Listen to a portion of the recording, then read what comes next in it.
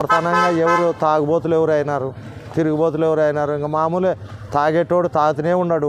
నువ్వు 100 రూపాయలు 10 రూపాయల క్వార్టర్ని 100 రూపాయలు పెట్టినా తాగుతున్నాడు.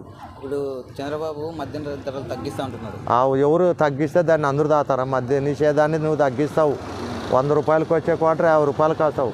50 రూపాయల క్వార్టర్ పెడితే ఇంకా ఎక్కువ తాగుతారు. 50 రూపాయలు పెట్టినట్లే తాదంపా ముందు అంటాడు, పనికిరాని పిల్లోడు కూడా తాగుతాడు. మరి అప్పుడు నువ్వు తాప నేర్పినట్లే కదా. నువ్వు అదేనా రాజకీయం ముఖ్యమంత్రి అయ్యేది? దాన్ని తగ్గిస్తావు ఎక్కిస్తావు, దాన్ని విడిచిపెట్టు. దాన్ని మొత్తమే మద్య నిషేధమే మద్యం బంద్ చేయండి.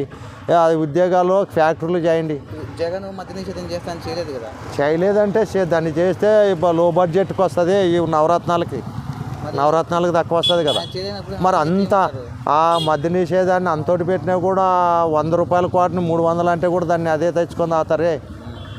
ఇంత రేటు పెరిగింది దీంతోనేమో వద్దనరే. చంద్రబాబు నాయుడు తగ్గించిన మనవి నవరత్నాలు పోతావి. రైతుకి మేలు జరిగేది ఉండదు, పేదోళ్ళకి బాగుపడేది ఉండదు. ఆయన వల్ల అన్నీ మరి పెరుగుదలే ఉంటుంది కానీ ఎక్కుదల ఉండదు.